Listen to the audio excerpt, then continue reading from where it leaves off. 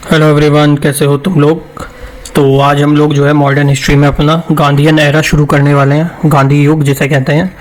इससे भी भर भर के क्वेश्चन आते हैं, तुम्हारे एनटीपीसी हो चाहे एसएससी हो या कोई भी वनडे एग्जाम हो, सब में इसमें से क्वेश्चन जो है तुम्हें देखने को मिलते हैं पेपर में तुम्हारे। तो चलो आज की क्लास को शुरू करते हैं बिना किसी देरी के। टॉपिक डालना तुम लोग भी अपनी अपनी कॉपियों में, गांधी युग मतलब गांधीयन एरा। और इसके जो है कम से कम 2 या 3 क्लास आएंगी क्योंकि बहुत बड़ा है ये टॉपिक। फिर इसके प्रीवियस ईयर क्वेश्चन भी सारे हम लोग करेंगे। तो शुरू करते हैं आज की क्लास को। तो इनका जन्म कहाँ हुआ था गांधी जी का? यह हुआ था पोरबंदर गुजरात में। और कब हुआ था? 2 अक्टूबर 1869 में। और कहाँ पे हुआ था? एट पोरबंदर गुजरात। कहाँ पर? पोरबंदर गुजरात में इनका जन्म हुआ था। नाम इनका नाम क्या था? पूरा नाम क्या था? नाम तो सबको पता है, पूरा नाम भी सबको पता होगा, लेकिन पढ़ रहे हैं तो पूरा लिखना तो पड़ेगा। मोहनदास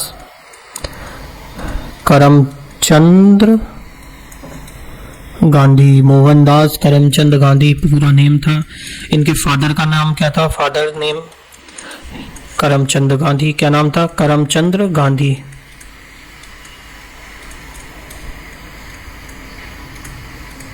और ये क्या थे? ये जो थे राजकोट के दीवान थे।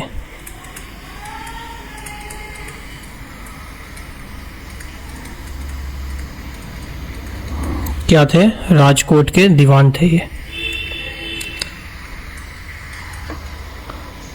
राजकोट के दीवान थे। इनकी माँ का नाम क्या था? मदर का नेम क्या था? पुतलीबाई।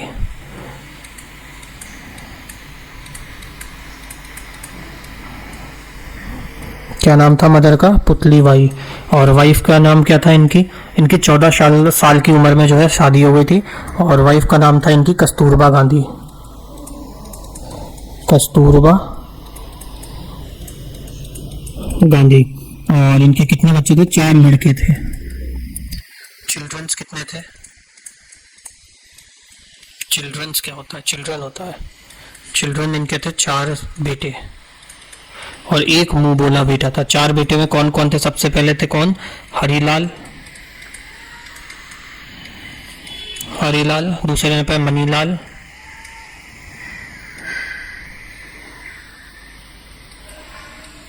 हरिलाल, मनीलाल, रामदास और देवदास। ये इनके 4 बेटे थे। और एक इनका जो है मुंह बोला बेटे थे। कौन थे? एक मुंह बोला बेटा, 5वां।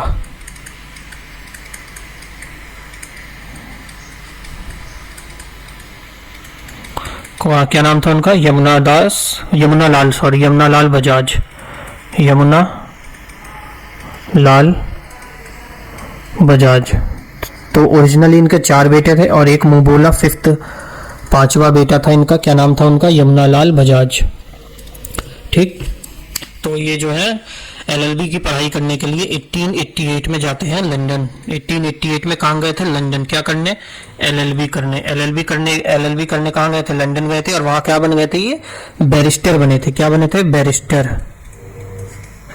एलएलबी करने के बाद क्या बने थे? वहां पे बैरिस्टर बने थे 1888 में। फिर आता है 1891 का समय। हम इसमें जो मेन इवेंट हुए हैं उनके सालों के हिसाब से याद रखेंगे क्योंकि ईयर भी कभी कभी ये पूछ लेता है। 1891 में क्या होते हैं?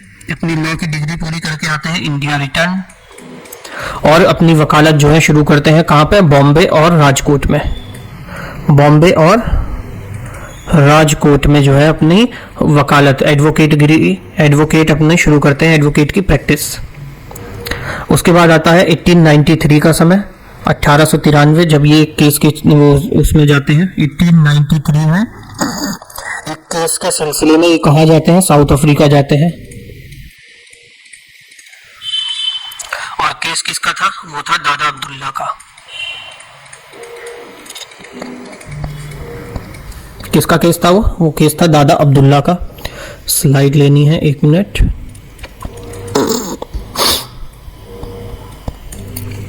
तो कब पहुंच गए? 1893 में साउथ अफ्रीका पहुंच गए। फिर 1894 का समय आता है जब ये जो है वहां पे सामाजिक कार्य करना शुरू कर देते हैं। वहां पे सोशल सर्विस स्टार्ट करते हैं। सोशल सर्विस स्टार्ट करते हैं 1894 में वहां पे, और साथ ही में जो है वहां पे एक स्थापना करते हैं कौन कांग्रेस की, और कौन सी कांग्रेस थी वो? Natal Indian Congress. Natal Indian Congress की जो है स्थापना करते हैं, स्टैब्लिश करते हैं ये 1894 में। इसके बाद ये जो है साउथ अफ्रीका में ही, कहाँ पे? साउथ अफ्रीका में ही इन्हें जो है ट्रेन से जब धकेला गया था, तो कहाँ पे था वो? नेटल जो है, ये नेटल कांग्रेस, क्योंकि ये नेटल एक क्षेत्र का नाम था। कहाँ पे इनको? साउथ अफ्रीका के नेटल क्षेत्र में, नेटल क्षेत्र साउथ अफ्रीका के, ये ना सही से हो जाए एक मिनट, साउथ अफ्रीका के नेटल क्षेत्र के समीप, नेटल क्षेत्र के समीप जो डरबन शहर है ना, डरबन शहर में है पीटरबर्ग, पीटर मार्टिन वर्ग, पीटर मार्टिन वर्ग में जो है इनको जो है स्टेशन पे से उतार दिया गया था। इनके पास फर्स्ट क्लास एसी का टिकट था और इनको स्टेशन से बाहर नीचे उतारा क्या गया था, मतलब फेंक दिया गया था, धक्का मार के नीचे फेंक दिया गया था। जिसके बाद इसका हल्ला हुआ था, तो ब्रिटिश गवर्नमेंट ने इनसे जो है क्या किया था? माफी मांगी थी।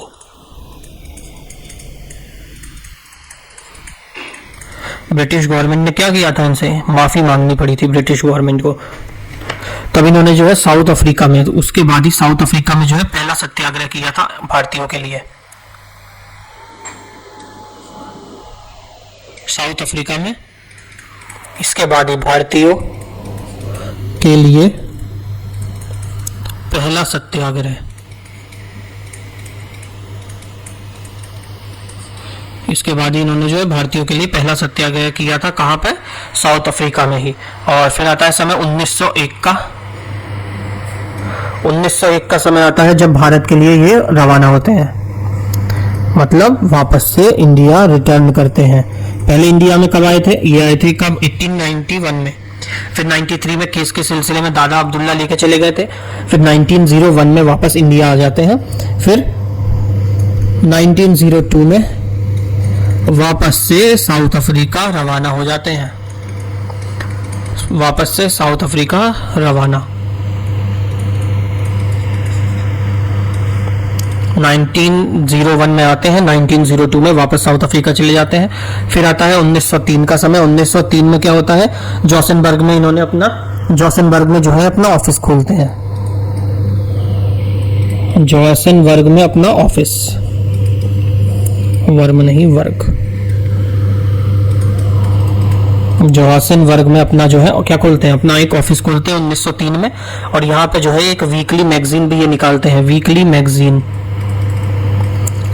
मैगजीन निकालते हैं, जिसका नाम होता है इंडियन ओपिनियन। क्या नाम होता है मैगजीन का? Indian opinion. इस नाम की जो है ये मैगजीन निकालते हैं। और 1904 में ही जो है, मतलब 1904 में ये जो है फिनिक्स एस्टेब्लिश करते हैं।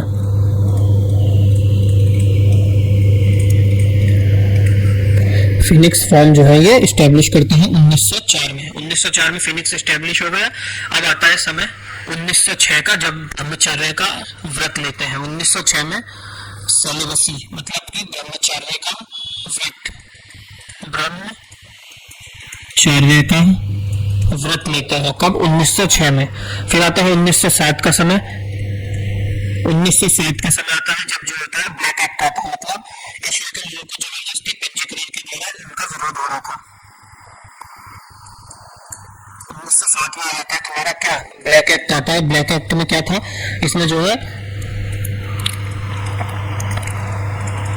जो भी एशियन थे, एशियन के लोगों को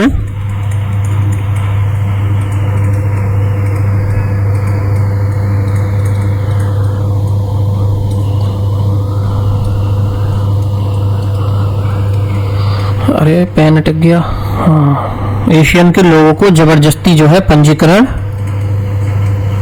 उनका कराया जा रहा था, तो इन्होंने जो है ब्लैक एक्ट का विरोध किया था।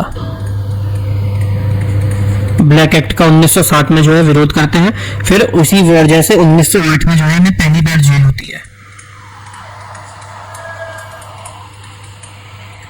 ब्लैक एक्ट का विरोध करने के बाद 1908 में इनको जो है पहली बार जेल होती है। फिर आता है समय 1909 का, जब भारतीयों के पक्ष रखने के लिए फिर से इंग्लैंड जो है रवाना होते हैं। 1909 में कहाँ जाते हैं? इंग्लैंड जाते हैं। इंग्लैंड जाते हैं क्या करने? भारतीयों का पक्ष रखने। भारतीयों का पक्ष रखने कहाँ जाते हैं? इंग्लैंड पहुंचते हैं। और जब वहां से वापस आ रहे होते हैं, इंग्लैंड जाते हैं, भारतीयों का पक्ष रखते हैं। जब वहां से वापस आते हैं, लिख लो पहले, वापसी के समय एक बुक लिखते हैं। एक बुक लिखते हैं। और उस बुक का क्या नाम होता है? किसी को पता है तो बताओ, नहीं तो मैं तो लिखने ही वाला हूँ। ब्रैकेट बन जाए बस। हाँ, बन गया। उस बुक का नाम होता है हिंद स्वराज। ये था उनकी बुक का नाम, जो इन्होंने पहली बुक लिखी थी जहाज के अंदर वापसी में इंग्लैंड से। कब? 1909 में। 1909 में जब इंग्लैंड गए थे, वहां पे वो रखने के लिए, अपना पक्ष रखने के लिए भारतीयों की तरफ से, तो वहां से वापसी आने के समय में इन्होंने जो है अपनी एक बुक लिखी थी। फिर आता है समय 1913 का। ब्रैकेट बन, ओ ब्रैकेट नहीं बन रहा। अब कौन सा समय आता है? 1913 का समय आता है। 1913 का समय आता है तो दोबारा से सत्याग्रह होता है।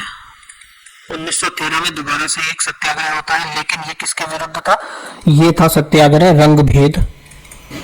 किसके विरुद्ध? रंगभेद और दमनकारी नीतियों के विरुद्ध। किसके विरुद्ध? रंगभेद और दमनकारी नीतियों के विरुद्ध जो है 1913 में दोबारा से जो क्या करते हैं? सत्याग्रह करते हैं। फिर आता है द ग्रेट मार्च।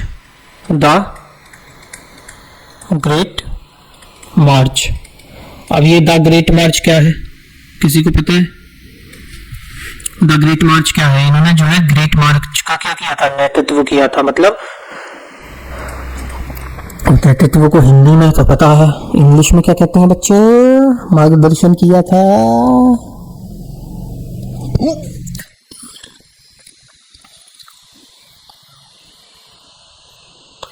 इन्होंने जो है द ग्रेट मार्च का जो है नेतृत्व किया था। और 2000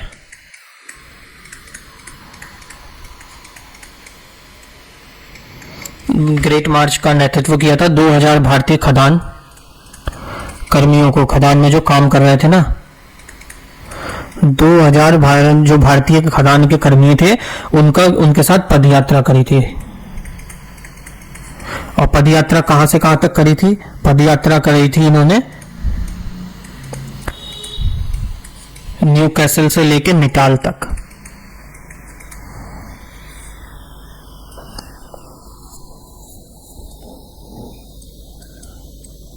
न्यू कैसल से निटाल तक इनकी जो है पदयात्रा रहती है द ग्रेट मार्च के समय। फिर ये अपना एक राजनीतिक गुरु बनाते हैं।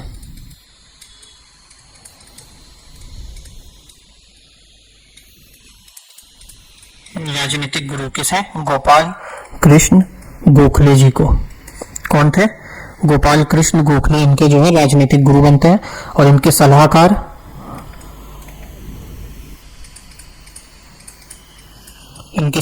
कौन बनते हैं? महादेव देसाई।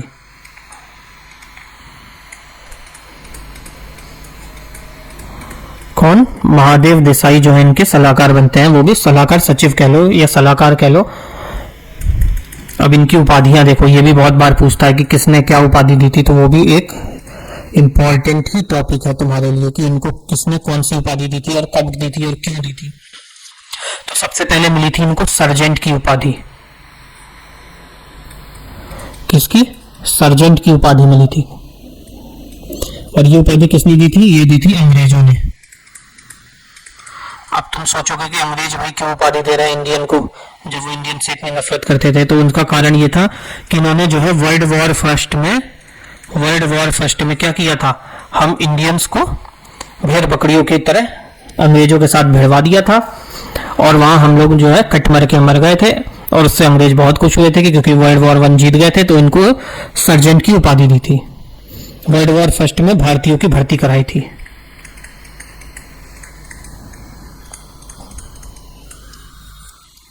कराई थी? पता नहीं, लेकिन कराई थी। क्या फायदा हुआ था? पता नहीं, लेकिन उपाधि मिल गई थी। दूसरी उपाधि मिलती है केसरे हिंद की। सेकंड उपाधि मिलती है किसकी? केसरे हिंद की। दूसरी उपाधि किसकी मिलती है? केसरे हिंद की। ये किसने दी थी? ये भी अंग्रेजों ने दी थी। अब दोबारा अंग्रेज भाई क्यों दे रहे हैं उपाधि?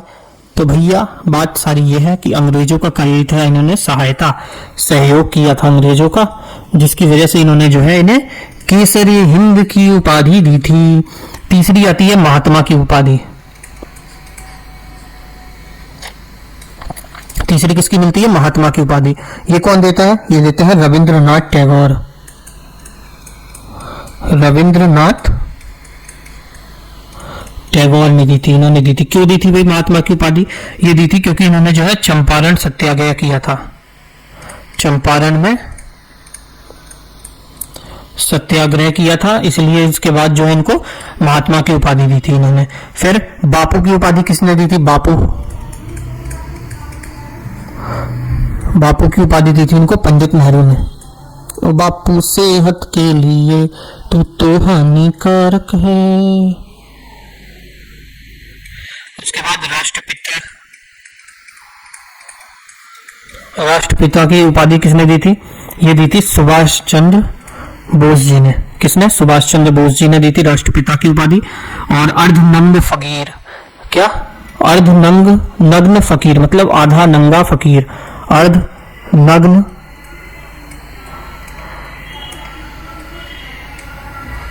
अर्धनग्न फकीर। ये उपाधि किसने दी थी इनको अर्धनग्न फकीर की? ये दी थी विंस्टन चर्चिल ने। विंस्टन चर्चिल किसने दी थी? विंस्टन चर्चिल ने दी थी। कौन था ये? ये जो है इंग्लैंड का पीएम था। इंग्लैंड का पीएम था, इसने दी थी अर्धनग्न फकीर की उपाधि। इसको भी ब्रैकेट में कर लो। अर्धनग्न फकीर की उपाधि किसने दी थी? ये दिए थे इंग्लैंड का पीएम था जिसका नाम था विंस्टन चर्चिल। राष्ट्रपिता की किसने दी थी? सुभाष चंद्र बोस जी ने। बापू की किसने दी थी? पंडित नेहरू जी ने।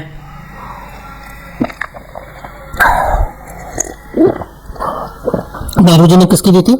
बापू की। केसरे हिंद की किसने दी थी? रविंद्रनाथ टैगोर जी ने दी थी? नहीं, केसरे हिंद की किसने दी थी? अंग्रेजों ने दी थी। रविंद्रनाथ टैगोर जी ने किसकी दी थी? महात्मा की दी थी। सर्जेंट की किसने दी थी?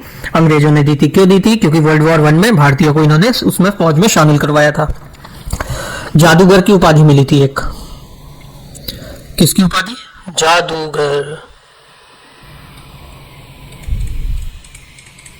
पैराडॉक्स का गाना है ना एक, जादूगर। जादूगर की उपाधि किसने दी थी? ये दी थी शेख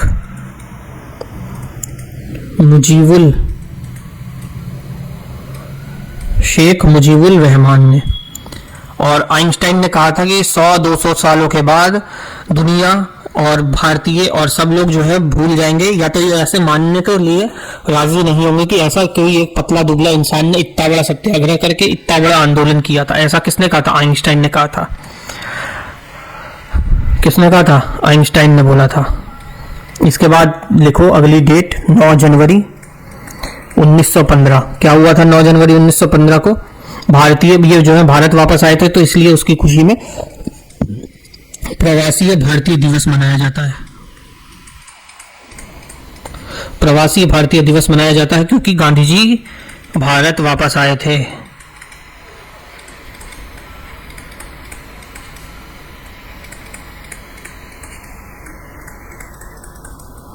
इंपॉर्टेंट डेज में जो है ये इंपॉर्टेंट होता है। 9 जनवरी शुरुआत में होता है तुम्हारा। फिर आता है 1915 का समय। 1915 के समय में क्या होता है? साबरमती आश्रम की स्थापना होती है।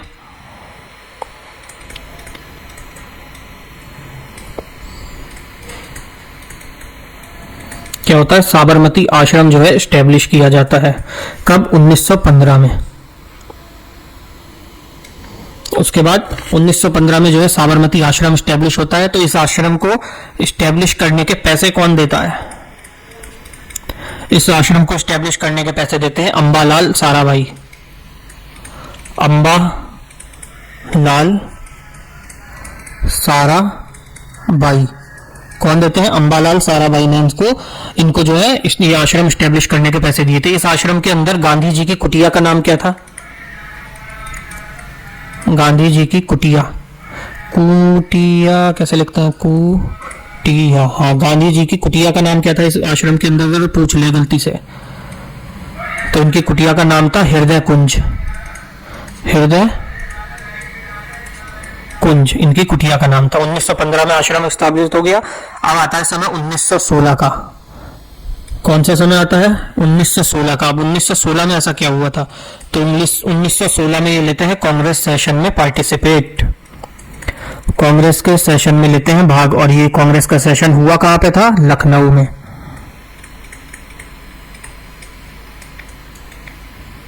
कहां पे हुआ था? लखनऊ में हुआ था कांग्रेस का ये सेशन, और उसमें इन्होंने लिया था भाग। कांग्रेस का सेशन, इस सेशन में। और यहाँ के अध्यक्ष कौन थे इस समय जब यहाँ पे इन्होंने पार्टिसिपेट किए थे? तो ये थे अंबिका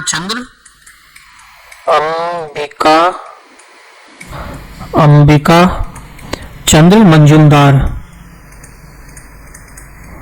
कौन थे? अंबिका चंद्र मंजुमदार जो है 1916 में कांग्रेस के सेशन के अध्यक्ष रहे थे।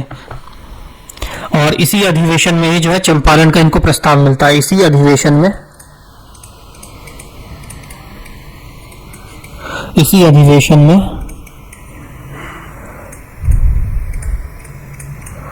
जो है चंपारण का प्रस्ताव मिलता है। और ये चंपारण का प्रस्ताव देता कौन है? ये चंपारण का जो प्रस्ताव मिला था कि आइए चंपारण में आपकी जरूरत है, तो ये दिया किसने था? चंपारण का प्रस्ताव दिया था शुक्ला जी ने। कौन से शुक्ला थे? राजकुमार शुक्ला। पंडित जी थे राजकुमार शुक्ला। उन्होंने जो है इनको चंपारण का वो दिया था, क्या दिया था? न्योता दिया था, प्रस्ताव रखा था कि आइए। फिर आता है समय 1917 के, जब ये पहुंच जाते हैं कहां पे? ब्रैकेट ही नहीं बन रहा, बन गया। 1917 का समय आता है जब राजेंद्र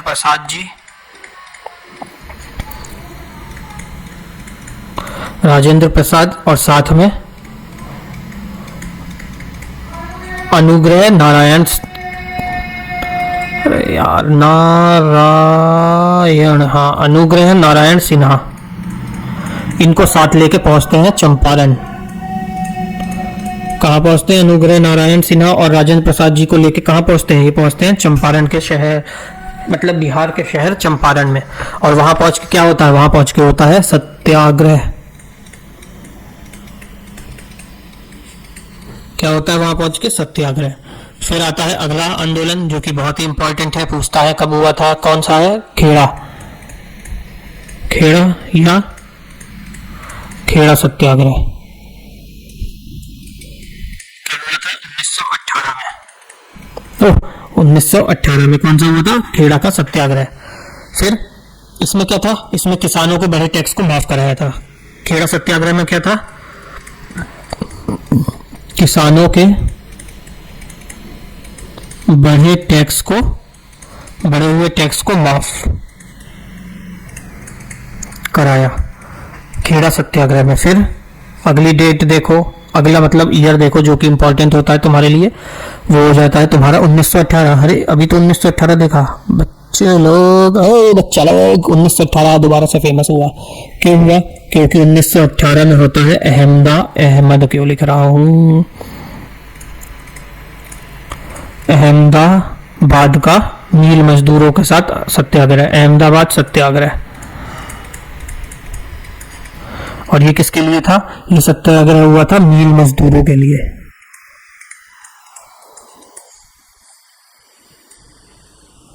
समझ भी आ रहा है? कोई देख भी रहा है? इस समय मील मजदूरों के लिए किया गया था। और ये पहला जो था भूख हड़ताल थी इनकी, पहली बार जो इन्होंने भूख हड़ताल करी थी। I hope this is clear. तो ये जो है आंदोलन गांधी जी 4 चरणों में करते थे, मतलब आंदोलन करने का भी इनके 4 लेवल थे कि इस लेवल पे नहीं माने तो नेक्स्ट तक जाएंगे, फिर नेक्स्ट पे जाएंगे। आंदोलन जो है 4 चरणों में होता था। सबसे पहले तो क्या करते थे? जिसमें सबसे ज्यादा बात मनी जानती थी, वो होता था सत्याग्रह निकालना, सत्याग्रह होता था। दूसरा, अगर इसमें काम नहीं चला तो होता था भूख हड़ताल। क्या होता था दूसरा? भूख हड़ताल। तीसरा होता था जब ये भी काम नहीं चला तो करते थे हम लोग बहिष्कार, बॉयकॉट का समय आ जाता था। तीसरा, भाई नहीं मान रहे, ये बॉयकॉट हो गया, और उससे भी नहीं माना तो भैया अब होगी हड़ताल, चौथा नंबर पे। तो ये 4 तरीके थे गांधी जी के आंदोलन करने के। तो यहाँ पे तुम्हारा ये फर्स्ट पार्ट खत्म होता है। अब सेकंड पार्ट में हम लोग क्या करेंगे, रॉलेट एक्ट से शुरू करेंगे। रॉलेट एक्ट करेंगे, जलियांवाला बाग करेंगे, ये सब में देख लेंगे पूरा। और रॉलेट एक्ट कब था, अगर तुम्हें जानना ही है इतना सा, तो ये था 19 मार्च 1919 में हुआ था, और इसके अगले महीने ही जो है जलियांवाला बाग हो गया था। तो वो भी हम लोग देखेंगे अगली क्लास में, अगली वीडियो में। तुम्हारा रॉलेट एक्ट, जलियांवाला बाग, ये सब पूरा करेंगे। तब तक के लिए thank you so much. Video ज़्यादा लंबी नहीं करूंगा, छोटी सी वीडियो बनानी है। छोटी छोटी वीडियो में तुम्हें बर्डन भी नहीं आएगा। वीडियो अच्छी लगी हो तो लाइक करना, शेयर करना, कमेंट करना, सब्सक्राइब करना, जो भी करना है सब कर लेना। I hope this is all good and all fine. मिलते हैं नेक्स्ट क्लास में। सब्सक्राइब जरूर करना। रेड कलर से बना रहा हूँ इसीलिए सब्सक्राइब कराने को बैठा। सब्सक्राइब कर लेना, शेयर कर देना अपने यार दोस्तों में, और लाइक तो कर ही देना। लाइक करने से तुम्हारा कुछ जाएगा नहीं, बस मेरा फ़ायदा हो जाएगा कि वीडियो रिकमेंडेशन में आ जाएगी। लो बता दे रहा हूँ, यूट्यूब को लगेगा कि भाई वीडियो काम की है तो 2-4 लोग एक्स्ट्रा देख लेंगे, 2-4 एक्स्ट्रा देख लेंगे तो 2-4 व्यूज़ आ जाएंगे, 2-4 व्यूज़ आ जाएंगे तो 1-2 सब्सक्राइबर आ जाएंगे। तुम्हारा एक लाइक किसी के व्यूज़ और सब्सक्राइबर बढ़ा सकता है, तो एक लाइक जरूर करो और व्यूज़ और सब्सक्राइबर मेरे जरूर बढ़वाओ। मिलते हैं नेक्स्ट क्लास में। तब तक के लिए सभी लोगों को राम राम और जय श्री राम। और पानी पियो और मौज करो, पानी पियो और मौज करो, ताकि हाइड्रेटेड रहो और नेगेटिव एनर्जी और नेगेटिव थॉट तुमसे दूर रहें।